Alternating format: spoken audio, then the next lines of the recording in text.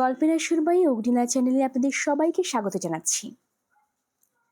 আমাদের আজকের গল্প সুচিত্রা ভট্টাচার্যের লেখা কেরালায় কিস্তিমাত। আমরা এটিকে 4টি পর্বে ভাগ করেছি। আজ হচ্ছে এর প্রথম পর্ব। ত্রিবান্দ্রাম এক্সপ্রেস এনারকুলাম টাউন পেরোনোর সঙ্গে সঙ্গে শুরু হয়ে গেল নামার তোড়জোড়।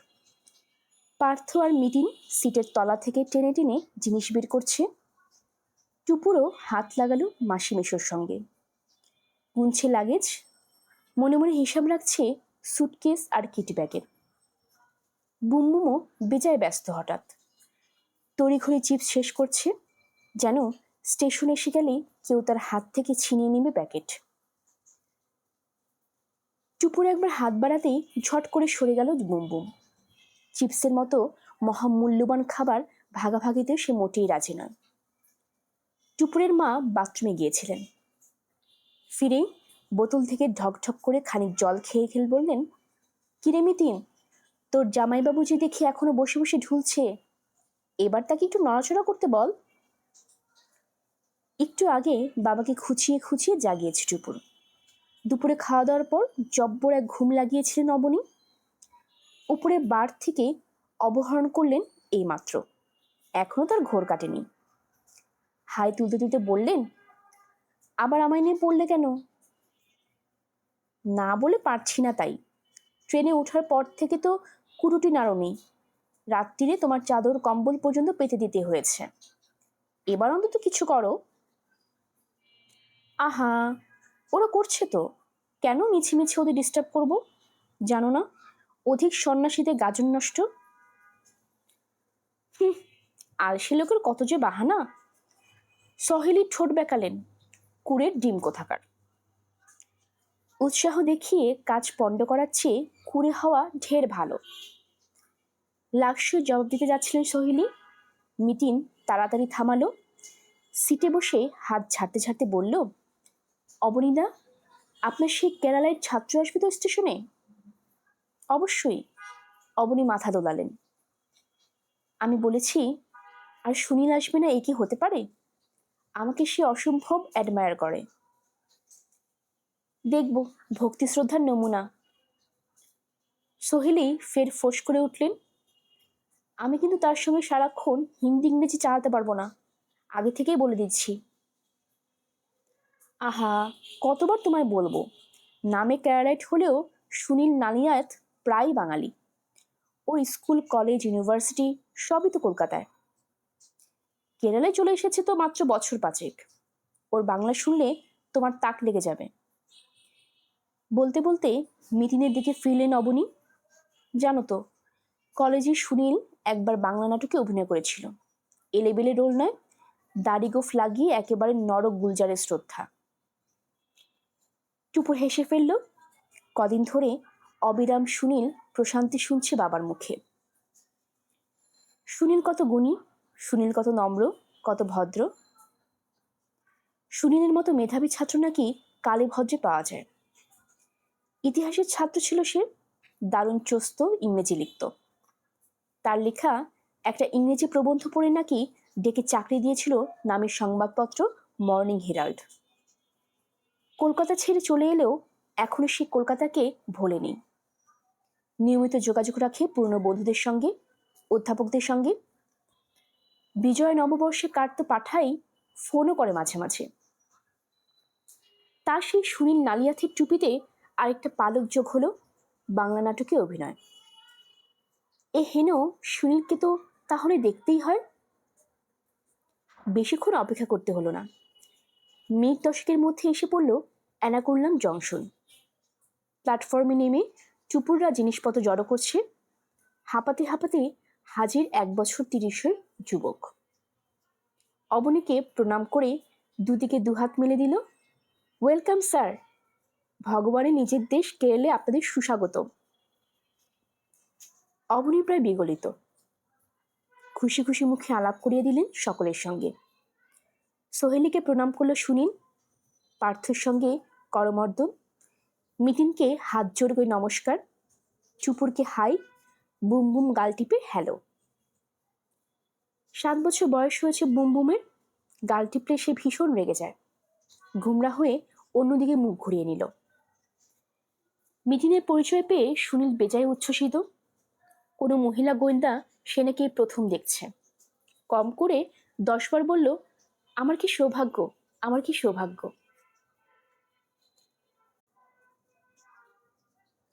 সুনীলকেও প্রথম দর্শনেই মোটামুটি পছন্দ হয়ে গেল টুপুরের। তবে খানিকটা নিরাশ হয়েছে। নাটকে ব্রহ্মার চেহারা আরেকটু জবরদস্ত হবে বলে কল্পনা করেছিল। সুনীল রীতিমতো ছোটখাটো, রোগাসোগা, গায়ের রং শ্যামলাই বলা যায়। গলার স্বরও মোটেই গমগমে নয়, বরং মিহি মিহি। তবে হ্যাঁ, সুনীলের মুখ চোখ ভারী ঝকঝকে, বিশেষ করে চোখ। চশমার আড়ালে কালো মণি দুটো জ্বলজ্বল করছে। কথাবার্তার ধরনও খুব আন্তরিক, যেন তারা সবাই সুনীলের অনেক দিনের চেনা। সদল বলে স্টেশনের বাইরে এলো টুপুররা। 7টা বাজে। তবে এখানে সন্ধে তেমন গাঢ় হয়নি। ভারতের পশ্চিম প্রান্তে সূর্য অনেকটা দেরিতে ডোবে, টুপুর জানে। রাস্তাঘাটের আলো অবশ্য জ্বলে গেছে। হ্যালোজেনের দুটিতে উজ্জ্বল হয়ে আছে চত্বরটা। অক্টোবরের শেষ, তবে সমুদ্রের ধারে বলে বাতাসে আদৌ ঠান্ডা ভাব নেই, একটু যেন গরম গরমই লাগছে। সুনীল গাড়ি এনেছে, টাটা সুমো। একটু খেলিয়ে ছড়িয়ে বসলো সকলে। পার্থ আর সুনীল ড্রাইভারের পাশে, পিছনে লটবহর সমেত বুমবুম আর টুপুর, বাকিরা মধ্যিখানে। সুনীলের নির্দেশে গাড়ি স্টার্ট দিল ড্রাইভার। সিটে শরীর ছেড়ে দিয়ে অবনী বললেন, আমাদের জন্য হোটেল দেখে রেখেছ সুনীল? আগে হ্যাঁ স্যার। সুনীল বাধ্য ছাত্রের মতো ঘাড় নাড়ল। 2-3টে জায়গার কথা বলে রেখেছি, আপনাদের সেটা পছন্দ হয়। কোথায় সেগুলো? কদ্দূর? এর্নাকুলাম টাউন স্টেশনের কাছে, চিতুর রোডে। আমরা কি এর্নাকুলামে থাকবো, কোচিতে থাকবো না? স্যার, এর্নাকুলাম আর কোচিকে আমরা সেভাবে আলাদা করে দেখি না। সুনীল মৃদু হাসল। অবশ্য তফাৎ যে একেবারেই নেই তা নয়। আরব সাগরের পাড়ে মেনল্যান্ডটা এর্নাকুলাম, আর খান-10 দ্বীপ মিলিয়ে কোচি। তার মধ্যে বোলাঘাটটি আইল্যান্ড আছে, ভাইপিন আছে, গুন্টু দ্বীপ, নারাক্কাল। সবচেয়ে বড় অবশ্য মাট্টানচেরি, মেনল্যান্ড আইল্যান্ড। সব মিলিয়ে এখন কোচি পৌরসভা। ডিস্ট্রিক্টের নাম এর্নাকুলাম।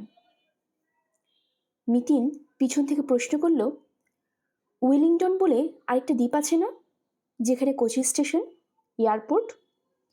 কোচি বন্দরও তো উইলিংটনে। ওটা তো কৃত্রিম দ্বীপ ম্যাডাম।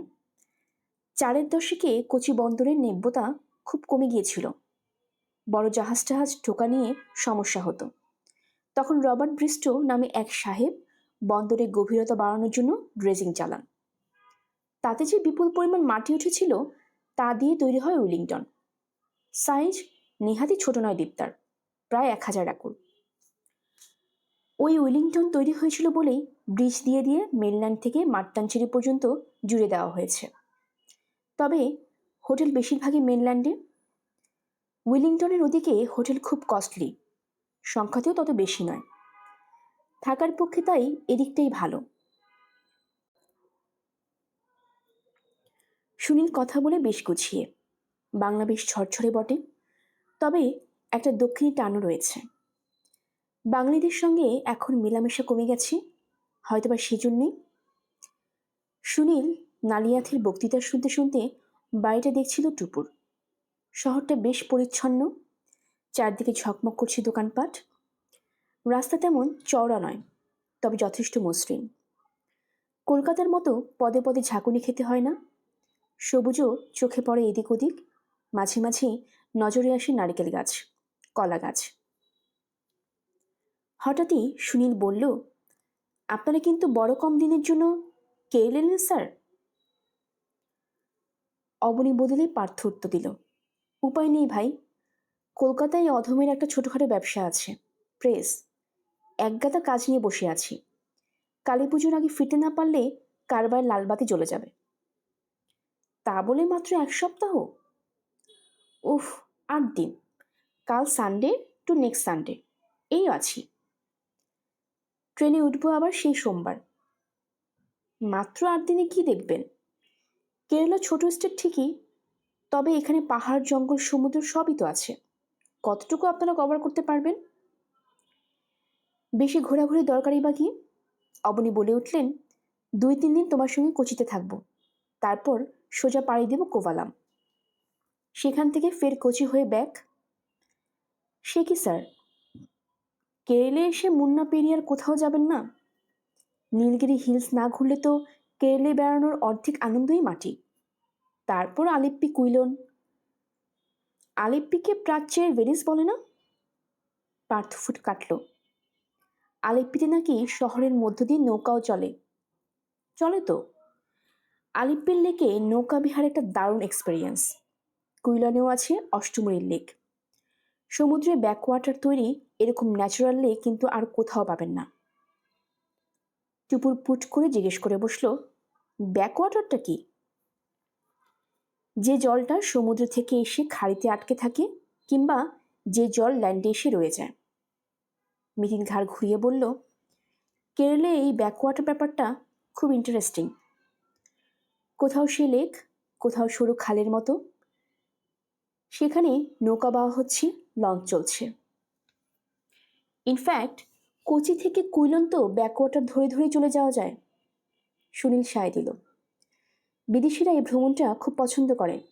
একে বলা হয় ব্যাকওয়াটার ক্রুজ। এই ট্রিপ মিস করলে কিন্তু স্যার আক্ষেপ থেকে যাবে। বলছো? হ্যাঁ স্যার। তারপর ধরুন, আলিপ্পি কুইলনের সুন্দর সি বিচ আছে। ভারকালা বিচ তো দুর্দান্ত। ওরকম সূর্যাস্ত পৃথিবীতে কোথাও দেখা যায় না। তুমি তো ভারী মুশকিলে ফেলে দিলে। তুমি তাহলে একটা ট্যুর প্ল্যান ছকে দাও। এই তো স্যার, এতক্ষণে আপনি লাইনে এসেছেন। সুনীল হো হো হাসল। উল্লসিত মুখে বলল, সে আমি করে দেব। আপনারা গাড়ি নিয়ে ঘুরবেন তো? হ্যাঁ, গাড়ি তো লাগবেই। কাহা তক বাসে বাসে ট্যাঙ্গুস ট্যাঙ্গুস করা যায়? আমার তো অন্তত পোষাবে না এই বয়সে। কথার মাঝেই টাটা সুমো থেমেছে এক হোটেলের দরজায়। 4তলা বাড়ি। মাথার উপর লাল সবুজ আলোয় ঝিকমিক করছে নাম, রেবতী ইন্টারন্যাশনাল। লাউঞ্জে পা রেখে হোটেলটা মনে ধরে হলো সকলের। শ্বেত পাথরের মেঝে, দেয়ালগুলো আয়নায় মোড়া, মাথার উপর ঝুলছে পেল্লাই সাইজের ঝাড়বাতি। দামি দামি বেতের সোফা চমৎকার করে সাজানো। নানান রকম পাতাবাহারের টব শোভা পাচ্ছে চতুর্দিকে। রুম চার্জও খুব একটা বেশি নয়, মোটামুটি সাধ্যের মধ্যেই। পার্থ তবু দরাদরি না করে থাকতে পারে না।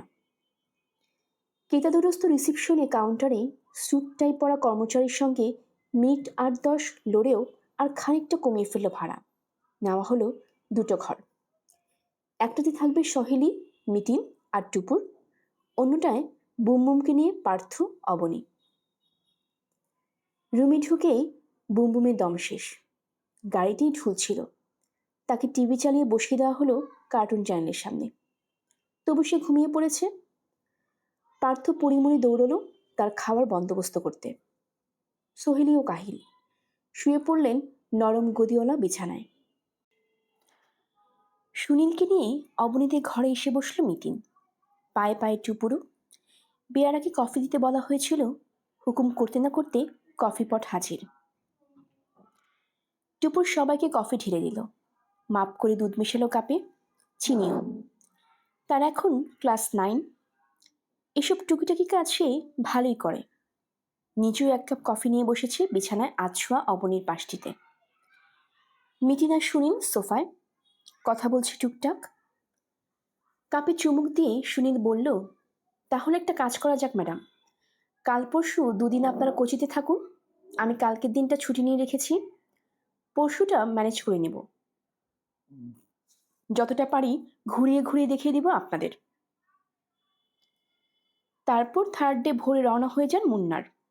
সেখানে 1 রাত থাকুন। পেরিয়াতে 2 রাত, আল্লিপ্পিতে 1, কোভালামে 1। তারপর ফিরে কোচি থেকে ট্রেন ধরবেন। মিতিন বলল, কিন্তু আমার দিদি যে কন্যাকুমারীকে তো এক রাত থাকতে চায়। কোভালাম থেকে কন্যাকুমারিকা তো কাছেই, তাই না? হ্যাঁ, ঘন্টা দুয়েক তো লাগে। তাহলে কোচিতে দুদিন না থেকে কন্যাকুমারী তো যদি একটা রাত থাকতে পারি, কাল সারাদিনে কোচি ঘোরা হয়ে যাবে না? পারবেন কি? বড্ড ধকল পড়বে। কেন? ধরুন একবেলা কোচির দ্বীপগুলো দেখতে গেলেন, সকাল 9টার বোট ধরলেও ফিরতে ফিরতে 1টা-1.30টা। তক্ষুনি কি মিউজিয়াম ছুটতে পারবেন? ভাবছিলাম বিকেলে আবার বোটে করে আপনাদের সূর্যাস্ত দেখাতে নিয়ে যাব। সূর্য আরব সাগরে ডুবে যাচ্ছে, দৃশ্যটা কি অপূর্ব ভাবুন। তারপর সন্ধেবেলা কথাকলি নাচে প্রোগ্রাম দেখতে তো একবার যাওয়াই উচিত। ওটা কোচির অবশ্য দর্শনীয় বস্তু। এছাড়া একটা হিল প্যালেস আছে, যেখানে কোচিরা রাজারা থাকতেন। ভালো পাখিরালয় আছে। একদিনে এত কিছু কি করে ম্যানেজ করবেন? অবনী হাত নেড়ে বললেন, কাটছাট করো কাটছাট করো। ওই দ্বীপগুলো দেখা হলেই তো যথেষ্ট। ওগুলোর একটা হিস্টোরিক্যাল ইম্পর্টেন্স আছে। নাচটা দেখবেন না স্যার? সুনীল ঈষৎ মনক্ষুণ্ণ যেন। শরীর আর দিচ্ছে না বুঝলে। টানা 44 ঘন্টার ট্রেন জার্নি, এ কি মুখের কথা? কালকের দিনটা একটু হালকা হালকা বেরোনোই ভালো। এর সঙ্গে মিতিন যা বলছে, তাতে তো আবার পরশুর ভোরেই যাত্রা। বডিটাকে তার আগে একটু রেস্ট দিতে হবে না? যা বলবেন স্যার। সুনীল মাথা নাড়ল। তাহলে কাল সকাল 8টার মধ্যে রেডি থাকুন। 9টার বোটে আমরা সাইট সিংয়ের বেরিয়ে পড়ব। 8টা? অবনীর মুখ কাঁদো কাঁদো। তোমাদের এখানে তো 7টার সময় ভোর হয় সুনীল। একটু দেরিতে হয়, তবে 7টা নয় স্যার, 6টা 6:30। আর 9টার বোটে না গেলে তো সে আবার 2টোয়। ফিরতে আবার সানসেট ট্রিপেও যেতে পারবেন না। সুনীল, লক্ষ্মী ছেলে, তোমায় একটা অনুরোধ করব। কি? ওই 2টোর বোটটাই থাক। সমুদ্রে সূর্যাস্ত দেখে কি এমন হাত পা গজাবে? ও আমি পুরীতে দেখেছি। টুপুর আর থাকতে পারল না, বলে উঠল, পুরীতে সানসেট নয় বাবা, সানরাইজ দেখেছ। ওই হলো, দুটোরই তো রং এক। দেখো সিস্টার, আমার কিন্তু কোনো দোষ নেই। সুনীল হাত উল্টে দিল। তোমার বাবার জন্যই কিন্তু তোমার সূর্যাস্ত দেখা হবে না। তুমি আর ওকে উস্কে দিও না তো। যদি সময় থাকে, ফেরার পথে যখন কোচি আসবো তখন দেখে নেব। পার্থ ঘরে এসেছে, কাঁধে ঘুমন্ত বুমবুম। তাকে খাটে শুয়ে কালকে প্রোগ্রামটা শুনল পার্থ। সেও অবনীর সঙ্গে একমত। বেড়াতে এসে নাকি বেশি হুটোপুটি করতে নেই, একটু জিরিয়ে ঘোরাই ভালো। তা সে 8 দিনের ট্যুরই হোক কি 80 দিনের। অজ্ঞতা হাল ছেড়েছে সুনীল। উঠে পড়ে বলল, বেশ, তাই হোক। আমি দুপুরেই আসবো, কিন্তু আমার একটা অনুরোধ আপনাদের রাখতেই হবে। সন্ধেবেলা কথাকলি নাচ? সে গেলেন তো ভালো, না গেলেন তো না গেলেন। তবে রাতে কিন্তু আমাদের বাড়িতে সবাইকে ডিনারই করতে হবে। আমার মা পই পই করে বলে দিয়েছেন। এটা কি একটু বেশি অত্যাচার হয়ে যাবে না? অবনী অপ্রস্তুত মুখে বললেন, 6-6টা লোক মিলে তোমাদের বাড়ি গিয়ে উপদ্রব করব? কি বলছেন অবনীদা? ভুরি ভোজে আমন্ত্রণ পেয়ে পার্থ যথারীতি আহ্লাদিত। চকচকে চোখে বলল, সুনীলের মা আদর করে খাওয়াতে চাইছেন, যাও তো আমাদের কর্তব্য। আমরা অবশ্যই যাব Sunil. Thank you thank you. ধন্যবাদ তো আমাদের দেওয়া উচিত। এত দূরে এসে একটা নেমন্তন্ন জুটে গেল। পার্থ গুছিয়ে বসল। তবে ভাই, আমার দুটো জিজ্ঞাসা আছে। কি দাদা? এক, তোমরা কি নারকেল তেল রান্না করো? না দাদা, আমরা বাদাম তেল খাই। সত্যি বলতে কি, আমাদের এখানে এখন বাদাম তেলেরই চল বেশি, বিশেষ করে শহরে। গুড। 2 নম্বর প্রশ্ন, তোমরা কি ভেজিটেরিয়ান? পাক্কা ননভেজ। সুনীল হেসে ফেলল। আমরা আপনাদের মতোই মৎস্যভুক দাদা, শুধু সমুদ্রের মাছ একটু বেশি খাই, এই যা। তবে কাল আপনাদের জন্য মিঠে জলের মাছই থাকবে। আমার সব চলে। আর চিংড়ি হলে মিঠে জলের বা কি, নোনা জলের বা কি। সুনীলের হাসি আরো চড়া হলো। আপনার জন্য চিংড়িই থাকবে দাদা। অতি উত্তম। যাও, আজকে গিয়ে তোমার মাকে আমার প্রণাম জানিয়ে দিও। আমার মা বাঙালি খানাটাও খুব ভালো বানান। কম দিন তো কলকাতায় ছিলাম না আমরা, প্রায় 16 বছর। বাবা রিটায়ার করে চলে এসেছেন, কিন্তু এখনও পোস্ত খাওয়াটা ভুলেননি। মাঝে মাঝেই মা ঝাল ঝাল আলু পোস্ত রান্না করেন। বাহ বাহ, কাল তাহলে তো একটু আলু পোস্ত রেখো। বেশ, তাও থাকবে। সুনীল হাসতে হাসতে ঘড়ি দেখল। আজ তাহলে আসি, আপনারা টায়ার্ড আছেন, বিশ্রাম করুন। কাল ঠিক দুপুর 1টায় আমি হাজিরা দেব। সুনীল চলে যেতেই টুপুর চোখ পাকিয়েছে। তুমি কি হেংলুকো পার্থ মেশো? এভাবে কেউ খাওয়ার কথা বলে? অন্যায়টা কি আছে? গিয়ে খাবারে দেখে নাক ছিটকেবে, ফিরে এসে নিন্দে করবি, তার চেয়ে আগেই খোলাখুলি কথা হয়ে যাওয়া ভালো নয়? ও বেচারাও আর মেনু নিয়ে কোনো টেনশন থাকলো না। মিতিনের মুখে চাপা হাসি, বলল, একদিক দিয়ে তোর মেশো অবশ্য ঠিকই করেছে। পেটে খিদে মুখে লাজ করে তো আমরা অনেক সময় ঠকি। তোর মেশোর মুখে যখন দক্ষিণে খানা রোচেই না, আমার কিন্তু ভালোই লাগে। সে তো আমারও। একদিন কেরালিয়ান ডিশ খেলে একটু অন্যরকম স্বাদও পেতাম। অবনী বলে উঠলেন, এবার খাওয়ার গল্প একটু থামাবে? যাও। মাসি বলছি, এখন কেটে পড়ো তো, ঘরে গিয়ে ফ্রেশ হও। আমি আর পার্থ ততক্ষণ একটু মাথা ছাড়াই। এখন আপনারা দাবা নিয়ে বসবেন? মিতিন ভুরু কুচকুলো। ট্রেনে 44 ঘন্টার মধ্যে অন্তত 18 ঘন্টা দাবা খেলেছেন, তাও আশ মিটল না। দানটা শেষ হয়নি যে। এখনো পার্থর একটা গজ, একটা নৌকো, একটা ঘোড়া জীবিত। আমার একটা নৌকো, 2টো গজ। পার্থ বলল, বোর্ডেও আছে আমাদের 3টে করে, এখনো যে কেউ জিততে পারি। টুপুর মিতিন মাসির দিকে তাকিয়ে কাঁধ ঝাঁকালো। সত্যি, বাবা আর পার্থ মেশো পারেও বটে। এবার বেড়াতে বেরোনোর সময় বাবাকে মোটা মোটা বই নিতে যাওয়া হয়নি, তাই প্রতিশোধ নেওয়ার জন্যই যেন বাবা মেতে আছে ওই 64 ঘরের খেলায়। প্রথম গেম শুরু হয়েছিল হাওড়া ছাড়া পরপরই, এখনো চলছে সেটাই। খেলার সময় দুজনেরই বাহ্য জ্ঞান লোপ পায়, ডেকে ডেকে সাড়া পাওয়া যায় না। বাবা তখন ক্রামনিক, তো পার্থ মেশো কাসপার্ভ। একটা চাল দিতে 1.5 ঘন্টা 2 ঘন্টা পর্যন্ত সময় লেগে যায়। আবার চাল দেওয়া মাত্রই তো ফেরত নেওয়ার জন্য বায়না জুড়ে দেয় দুজনে। জোর তর্ক বাঁধে তখন, দুজনেই মুঠো পাকায়, গড়গড় করে। সে এক দৃশ্য বটে। এবার গোটা ভ্রমণে দুজনে ওই একই গেম চালাবে বলে মনে হয়। অবনী শয্যা ছেড়েছেন, টেবিলের কাছে গিয়ে লাল কিট ব্যাগ খুললেন, হাত রাখছেন। বিস্ময় সুরে বলে উঠলেন, কি ব্যাপার, দাবার বোর্ডটা গেল কোথায়? এখানেই তো রেখেছিলাম। পার্থ হেসে বলল, ও অবনীদা, ওটা তো আমার ব্যাগ, আপনারটা তো কাবার্ডে। বলতে বলতে গিয়ে অবনীর কিডস ব্যাগখানা বের করেছে পার্থ। 2টো ব্যাগই হুবহু এক, রং, সাইজ, এমনকি মনোগ্রামটাও। 2টো টি শার্টের সঙ্গে একটা ব্যাগ ফ্রি দিচ্ছিল বলে 4-4খানা টি শার্ট কিনে ফেলেছিল পার্থ। একটা ব্যাগ উপহার দিয়েছে অবনীকে, এবং দুজনেই মাঝে মাঝে ব্যাগ গুলিয়ে ফেলেছে। ক্যামেরা বার করতে গিয়ে অবনীর ছাতা টানছে পার্থ। নিজের টুথব্রাশ ভেবে পার্থ টুথব্রাশে দাঁত মেজে আসছেন অবনী। কেলোর কীর্তি আর কাকে বলে। ফোল্ডিং বোর্ড করে 2 ভাইরা ভাই নেমে পড়েছেন রণক্ষেত্রে। মিতিন চলে গেল পাশের ঘরে। টুপুরে উঠল, যেতে গিয়েও আরেকবার চোখ পড়ল ব্যাগ দুটোয়। ফিক করে হেসে ফেলল টুপুর। যমজ ব্যাগ নিয়ে একটা রহস্য কাহিনী ফাঁদলে কেমন হয়? দারুণ জমে জমে কিন্তু গল্পটা। সিলর জেটি থেকে মোটরবোট ছাড়ল 2টো 5-এ। জনসত্তর যাত্রী নিয়ে তীর জল কেটে কেটে চলছে আরব সাগর অভিমুখে। দেখতে দেখতে দূরে সরে গেল এর্নাকুলাম। জলযানটিতে বসার ব্যবস্থা অতি চমৎকার। ডেকে 40 চেয়ার, নিচের খোলেও বসতে পারে জনা 50-60।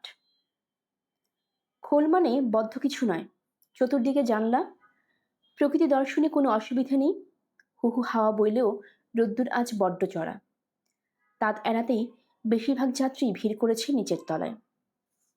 এক ক্যারেলীয় গাইড হাত মুখ নেড়ে বর্ণনা দিচ্ছে যাত্রাপথের। ভাষাটা ইংরেজি, তবে উচ্চারণের গুণে তামিল মলয়াম বলেও চালিয়ে দেওয়া যায়। একটি বর্ণ বোধগম্য হচ্ছিল না টুপুরের, উসখুস করছিল। টের পেয়ে সুনীল বলল, কি সিস্টার, ওপরে যাবেন নাকি? বুম বুম তো এক পায়ে খাড়া, শুনেই নাচছে। চলো না প্লিজ। সোহেলি জানলার ধারে গুছিয়ে বসেছেন, বললেন, আমি বাপু ছায়া ছেড়ে নড়ছি না। অবনী বললেন, আমি ওখানে দিব্যি আছি, ফুরফুরে হাওয়া খাচ্ছি। এক কাজ করো, তোমার ছাতাটা ওদের বের করে দাও, একটু তো রোদ আটকাবে।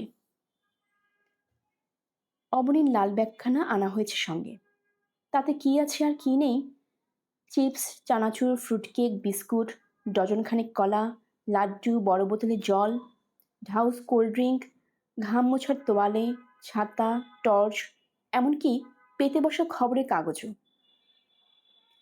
মিতিন ব্যাগ খুলে শুধু কোল্ড ড্রিঙ্কের বোতলটা তুলে নিল, বলল, এই উথাল পাথাল ছাওয়ার ছাতা খোলা যাবে না দিদি, বুমবুমকে তাহলে বেতের টুপিটা অন্তত পরিয়ে দে।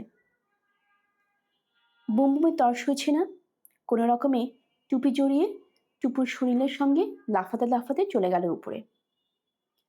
প্রখর উত্তাপে 10-12 যাত্রী রয়েছে ডেকে, বেশিরভাগই বিদেশি।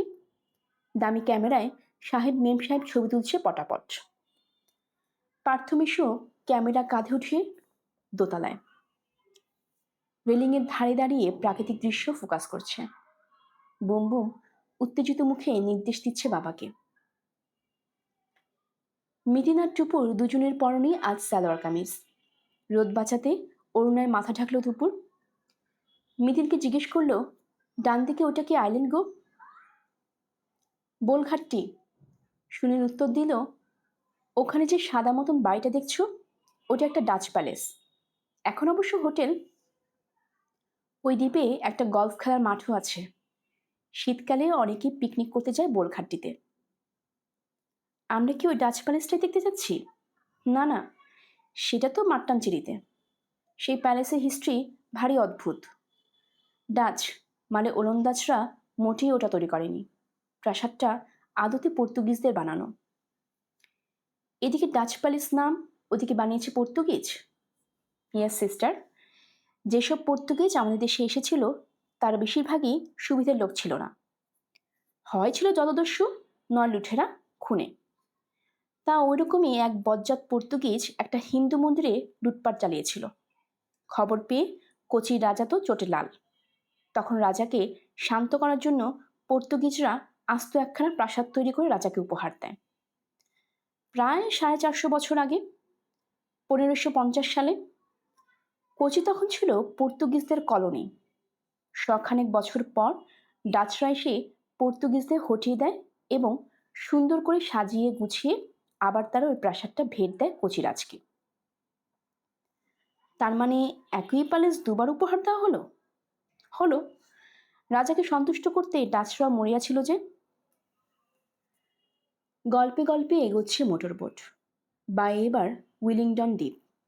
জলের ধারে অতিকায় একটা হোটেল। বিলাসবহুল হোটেলটা দেখে টুপুরে একটু আফসোস হলো মনে মনে। ইস, ওই হোটেলেই তো তারা উঠতে পারত। দূরে আবশব্দ দেখা যাচ্ছে। হোটেলে বসে সারাদিন বেশ তাকিয়ে থাকতো সমুদ্রের দিকে। উইলিংটন পেরিয়ে থই থই ব্যাকওয়াটার ছেড়ে মোটরবোট ঘুরল বায়ে, অপেক্ষাকৃত সরু খাড়িতে। মিনিট 5-7 মধ্যে এসে পড়ল মাট্টানচেরির ফেরিঘাট। এখানেই প্রথম বিরতি, 1 ঘন্টা থামবে বোট। ঘাট থেকে মাট্টানচেরির ডাচ প্যালেস খুব একটা দূরে নয়। পৌঁছে টুপুর হতাশ হলো বেশ। প্রাসাদের চেহারা যেন কেমন কেমন, দেখে মনে হয় নিতান্ত সাধারণ এক দোতলা বাড়ি। উঁচু পাঁচিলে ঘেরা। যত বড় সড়ই হোক, বাড়িটার আভিজাত্যও নেই, জলসু বন। বড় লোহার গেটখানা বন্ধ। লোহার গেটের মধ্যিখানে খুদে একখানা দরজা, সেখান দিয়ে গলে গলে ঢুকছে টুরিস্টরা। প্রাসাদের একটা অংশ নিয়ে মিউজিয়াম, দেখতে হলে উঠতে হয় দোতলায়, উঁচু উঁচু সিঁড়ি ভেঙে। কোনো ক্রমে উঠলেন সোহেলি। হাঁপাচ্ছেন, জিরোচ্ছেন। টুপুরা দল বেঁধে ঢুকে পড়ল অন্দরে। প্রথম ঘর, দেওয়াল জোড়া প্রকাণ্ড প্রকাণ্ড মিউরাল পেন্টিং, নিপুণ হাতে আঁকা রামায়ণ মহাভারতের কাহিনী। দেওয়ালের গায়ে কাঠের কাজও তারিফ করার মতো। বাকি 2-3টে ঘরে রাজা রাজাদের পোশাক, অস্ত্রশস্ত্র, চোখ ধাঁধানো কারুকাজ করা পালকি, পুরনো আমলের দলিল দস্তাবেজ। অবনী অনেকটা সময় নিয়ে চোখ বোলালেন দলিলগুলোয়। এই প্রাসাদেই নাকি অভিষেক হতো কচি রাজার। ছোট বড় রাজসিংহাসনও সংরক্ষিত আছে প্রাসাদে। বুম বুম দড়ির বেড়া টপকে সিংহাসনে বসে পড়তে যাচ্ছিল। টুপুর খপ করে ধরে ফেলল তাকে। মিতিন মাসির সঙ্গে অন্ধকার সিঁড়ি বেয়ে নিচের মিউজিয়ামে দেখে এলো টুপুর। আলাদা করে বিশেষ কিছু দেখার নেই সেখানে। সেই এক ধরনের রাজপোশাক, ঢাল তলোয়ার, নয়তো কিছু কাগজপত্র। প্রথম ঘরটা দেখেই নেমে এসেছিলেন সহেলি। নিচের ধাপিতে বসে জল খাচ্ছেন ঠকঠক। পার্থর মুখও ঈষৎ বেজার। মিউজিয়ামে ফ্ল্যাশ গান জ্বালানো মানে বলে একটা ছবিও তুলতে পারেনি বেচারা। একমাত্র অবনী যা তৃপ্ত। এই ধরনের ঐতিহাসিক স্থান তার বড় প্রিয়। এবার যাত্রা ইহুদিদের সিনাগগের দিকে। ডাচ প্যালেস থেকেই দেখা যাচ্ছিল সিনাগগের চূড়া। মনে হচ্ছিল যেন পাশেই, কিন্তু যেতে হলো বেশ খানিক দূরে। রাস্তায় পড়ল কোচির মশলাপট্টি। কেরলের ভুবন বিখ্যাত এলাচ, লবঙ্গ, দারচিনি, গোলমরিচ নাকি নিলাম হয় এই বাজারে। আজ রবিবার, নিলামখানা বন্ধ, পাড়াটাও তাই ফাঁকা ফাঁকা। নিলামখানার গায়ে সরু গলি, জু টাউন। দুধারটা দেখতে দেখতে হাঁটছিল টুপুর। ইহুদি পল্লীর বাড়িগুলো অতি প্রাচীন। সুদূর অতীতের গন্ধ যেন লেগে আছে গায়ে। এদিক ওদিক বেশ কয়েকটা দর্জির দোকান আর কিউরিও শপ। ভ্রমণার্থীদের জন্য খোলা আছে দুর্লভ শিলভ বস্তুর দোকানগুলো। কেনাবেচা চলছে অল্প বিস্তর। সোহেলি একটা দোকানে দাঁড়িয়ে পড়েছেন। চেঁচিয়ে ডাকলেন, আয় মিতিন, দেখবি, আয়। সুনীলের সঙ্গে কথা বলতে বলতে এগিয়ে গিয়েছিলেন মিতিন। ফিরে এলো। কি হলো? পেতলের ঘণ্টাটা দেখো, কি সুন্দর, নিয়ে নেব নাকি? কি করবে নিয়ে? কেরল ট্যুরের স্মৃতি হিসেবে রাখবো। ড্রয়িং রুমের পারতটাতেও লাগিয়ে দিতে পারি। পর্দা নড়লেই ঢং করে বাঁচবে, কিংবা গিফটও করা যায় কাউকে। টুপুর দুদিকে মাথা নাড়ল। না, বেড়াতে বেরিয়ে মার বাজার করা বাতিকটার গেল না। সহেলির আগ্রহ টের পেয়ে দোকানদারও উদ্দীপিত। হাত মুখ নেড়ে বলল, নিয়ে নিন ম্যাডাম, এ সত্যি অতি দুষ্প্রাপ্য বস্তু। আপনি নিশ্চয়ই এজিকিয়াল রাহাবের নাম শুনেছেন। ওই যে সিনাগগের মাথায় বড় ঘড়িটা দেখছেন, ওটা যিনি তৈরি করেছিলেন, এই ঘন্টাও সেই রাহাবের সম্পত্তি। আপনি যদি নেন তো জলের দরে দিয়ে দেব। 250 বছরের পুরনো ঘন্টা পাবেন মাত্র 2500 টাকায়। মিতিন ফিস ফিস করে বলল, কথাই ভুলো না, ঘন্টাটার বয়স 1 বছরও হয়েছে কিনা সন্দেহ। ওটা যেখান থেকে কিনেছে সেখানকার দামের ট্যাগ সাপা ছিল গায়ে। ছিঁড়ে ফেললো ছাপানো কাগজের কুচি তো এখনো ঘন্টায় লেগে আছে। সুনীলও নিচু গলায় বলল, এরা কিন্তু খুব ঠকায় ম্যাডাম, ঠিকঠাক না চিনে কেনা কিন্তু উচিত হবে না। অজ্ঞতা সোহেলিকে নড়তেই হয়। জল জল চোখে বাহারি ঘণ্টাটাকে আরেকবার দেখে নিয়ে এগোলেন সোহেলি। 25-30 হাত গিয়েই সিনাগগ, ইহুদিদের উপাসনালয়। বহিরঙ্গে তেমন পরিপাট্য নেই বটে, তবে প্রাচীনত্ব বেশ বোঝা যায়। রাহাবের ঘড়িটি ভালোই সময় দিচ্ছে, 3:20। টিকিট কেটে জুতো ছেড়ে সিনাগগে ঢুকে চক্ষু ছানা বড়া। ভেতরে রঙের কি বাহার, ঝলমল ঝলমল করছে। সোহেলি পর্যন্ত ঘণ্টার শোক ভুলে বিমোহিত। দর্শনার্থীদের ভিড়ে এমনি গিজগিজ। টুপুরদের মোটর বোটের দলটা ঢুকে ঠাঁই নাই দশা। তার মধ্যে সবাইকে এক জায়গায় জড়ো করেছে গাইড। গড় গড় আউড়ে চলেছে সিনাগগ বৃত্তান্ত, সেই দুর্বোধ্য ইংরেজিতে। টুপুর মিদিন সরে এলো। সুনীলের মতো গাইড থাকা, তারা ওই লোকটার বকবকনি শুনবে কেন? গলা ঝেড়ে সুনীল বলল, এই সিনাগগ আর এই ডাচ প্যালেস মোটামুটি সমসাময়িক। এটা তৈরি হয়েছে 1568-তে। আমাদের কোচির রাজা ভাস্কর প্রথম রবি বর্মা জমিটা দান করেছিলেন ইহুদিদের। ওই দেওয়ালে গাঁথা তামার পাত দেখছেন, ওটাই দানপত্র। টুপু জিজ্ঞেস করলো, কিন্তু ইহুদিরা কোচিতে এলো কি করে? সে এক লম্বা স্টোরি, পরে শুনিস। মিতিন বলল, এখন ভালো করে সিনাগগটা দেখ। পার্থ প্রাণ ভরে ছবি তুলছিল। কাছে এসে আঙুলে তারিফের মুদ্রা ফুটিয়ে বলল, দেখার মতো জায়গা বটে। কি ঘ্যামচাক সব ঝাল লণ্ঠন, বাপস, আর কত ধরনের ল্যাম্প, গা দিয়ে যেন রামধনুর রং ঠিক হচ্ছে। মাঝখানে পেতলের রেলিংওয়ালা গোল জায়গাটা কিসের? বুঝতে পারলে না? ওখানে দাঁড়িয়ে রবি প্রার্থনা করেন। রাবি মানে তো ইহুদিতে পুরোহিত, তাই না মিতিন মাসি? কারেক্ট। সুনীল হাসল।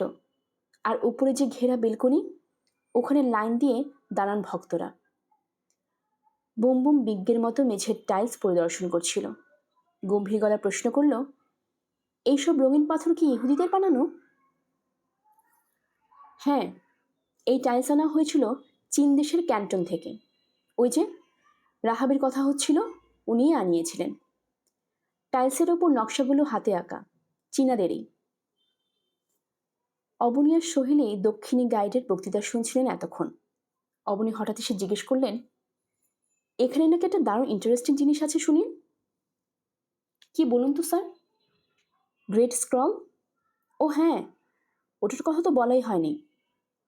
ছাগলের চামড়ার উপর লেখা একটা ওল্ড টেস্টামেন্ট আছে এখানে, হিব্রু লিপিতে। তাই নাকি? মিতিন অবাক। পুরো ধর্মগ্রন্থ ছাগলের চামড়ায় লেখা? ইহুদিদের ধর্মগ্রন্থ তো তালমাদ।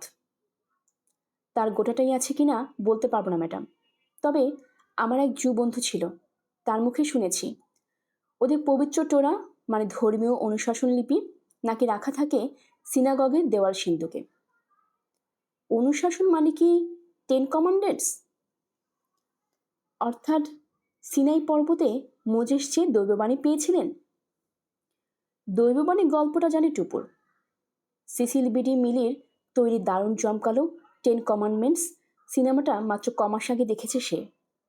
নন্দনে একটা বিশেষ শো হয়েছিল, নিয়ে গিয়েছিল স্কুল থেকে। ছবিতে সমুদ্র দুভাগ হয়ে যাওয়ার দৃশ্যটা ভাবলে এখনো টুপুরে গায়ে কাটা দেয়। অবনী উৎসুক স্বরে জিজ্ঞেস করলেন, ওই গ্রেট স্ক্রল একবার দেখা যায় না শুনি? আমি যতদূর জানি স্যাবাথের দিন ছাড়া ওটা বের করা হয় না স্যার, মানে শনিবার, যেদিন ওরা প্রার্থনা টার্থনা করে। দেখো না একবার চেষ্টা করে, তুমি তো প্রেসের লোক, তুমি রিকোয়েস্ট করলে হয়তো। দেখছি। গুরুর অনুরোধ রক্ষা করতে কোথায় যেন চলে গেল সুনীল। মিনিট 10 পরে ফিরে এসে বলল, এমনিতে ওরা কাউকে দেখান না, অনেক বলে কয়ে ম্যানেজ করলাম। তবে কি তবে? 6টার সময় আসতে হবে, সিনাগগে ভিজিটিং আওয়ার শেষ হওয়ার পর। সিনাগগ দেখাশোনা করে একটা ট্রাস্টি বোর্ড। ওই ট্রাস্টি বোর্ডের এক সদস্য সিনাগগের কেয়ারটেকার, পাশেই বাড়ি। তিনি বললেন রাবিকে বলে তখন একটা ব্যবস্থা করতে পারেন। বাহ, খুব ভালো। এতে সমস্যা কোথায়? আমাদের মোটর বোট যে চলে যাবে স্যার, তাছাড়া আরও কিছু সাইট সিং আছে। মিতিন বলল, আমরা যদি বোটে না ফিরি? এখান থেকে তো ট্যাক্সি নিয়েও যাওয়া যায়, ব্রিজ ক্রস করে। তা অবশ্য যায়। মোটর বোট তো এরপর মাট্টানচিরি আর একটা ঘাটে যাবে, ওখানেই না হয় আমরা পাকাপাকি নেমে যাব। কি তাই করবেন? সবাই এক বাক্যে রাজি, একমাত্র সোহেলি যা সামান্য গায়ে করছিলেন। হোটেলে ফিরে সুনীলদের বাড়ি যাওয়ার আগে তার টুকটাক মার্কেটিংয়ের বাসনা ছিল। সন্ধে অবধি মাট্টানচিরিতে পড়ে থাকলে তা কি আর হবে? তা যাই হোক, দলের সঙ্গে বেরোলে কিছু সমঝোতা তো করতেই হয়। কেয়ারটেকারকে জানিয়ে মোটর বোটে এলো টুপুররা। পরবর্তী ফেরিঘাটে নেমে সাইকেল রিক্সা করে সোজা সেন্ট ফ্রান্সিস চার্চ, ভারতে ইউরোপিয়ানদের তৈরি প্রথম গির্জা। জানাই ছিল আজ রবিবার, ট্যুরিস্টের জন্য গির্জা বন্ধ। তবে এসেছে যখন জায়গাটা তো দেখতেই হয়। ভাস্কো দা গামার সমাধিস্থল বলে কথা। গির্জায় পৌঁছে টুপুর বেশ বেজায় হতাশ। ভাস্কো দা গামার সমাধির জায়গাটাও গির্জার ভেতরে, অতএব সেটা দেখারও কোনো সুযোগ নেই। পার্থ ঠোঁট উল্টে বলল, স্যাবাত ডেতে গির্জায় আসার ঠেলা বোঝো? পুরো জার্নিটাই বেকার। বুম বুম ভুরু কুচকে বলল, স্যাবাত ডে মানে কি বাবা? বিশ্রামের দিন। খ্রিস্টান আর ইহুদিরা বিশ্বাস করেন ভগবান পৃথিবীটাকে গড়েছিলেন 6 দিনে। ব্যাপক খাটুনি গিয়েছিল তো, তাই সপ্তম দিনে তিনি বিশ্রাম নিয়েছিলেন। ভগবানের দেখা দেখি ভক্তরাও তাই সপ্তাহে একটা দিন বিশ্রাম নেয়। সেদিন নো কাজ, একমাত্র প্রার্থনা ছাড়া। ইহুদিরা শনিবারটাকে স্যাবাত বলে মানেন, খ্রিস্টানরা রবিবার। বুম বুম আরো গম্ভীর হয়ে বলল, আমিও খ্রিস্টান হয়ে যাব, তাহলে কেউ আমায় রোববার পড়তে বসতে বলতে পারবে না। বাকি 6 দিন তুমি পড়ে যেন উল্টে যাচ্ছ। আমি উল্টোই না, সোজাই থাকি। বুম বুমের কথার ভঙ্গিতে হা হা হেসে উঠল সবাই। কাগজ পেতে একে একে বসে পড়েছে গির্জার সামনেটায়। বোটে ফেরা তাড়া নেই, এখন মনের সুখে ভুলতানি চলতে পারে ঘণ্টাখানেক। ব্যাগ থেকে বেরিয়ে পড়লো খাবার দাবার, একটু একটু মুখ চলছে সকলেরই। গল্পের আসর বাই অগ্নিলা চ্যানেলে আপনারা শুনছিলেন সুচিত্রা ভট্টাচার্যের লেখা কেরালায় কিস্তিমাত। আজ ছিল এই প্রথম পর্ব। আমাদের এই গল্প পাঠ আপনাদের কাছে কেমন লাগে অবশ্যই কমেন্ট করে জানাবেন, নতুনদের সাথে শেয়ার করবেন। আমাদের গল্প পাঠ ভালো লেগে থাকলে সাবস্ক্রাইব করে পাশে থাকবেন। ধন্যবাদ, ভালো থাকবেন।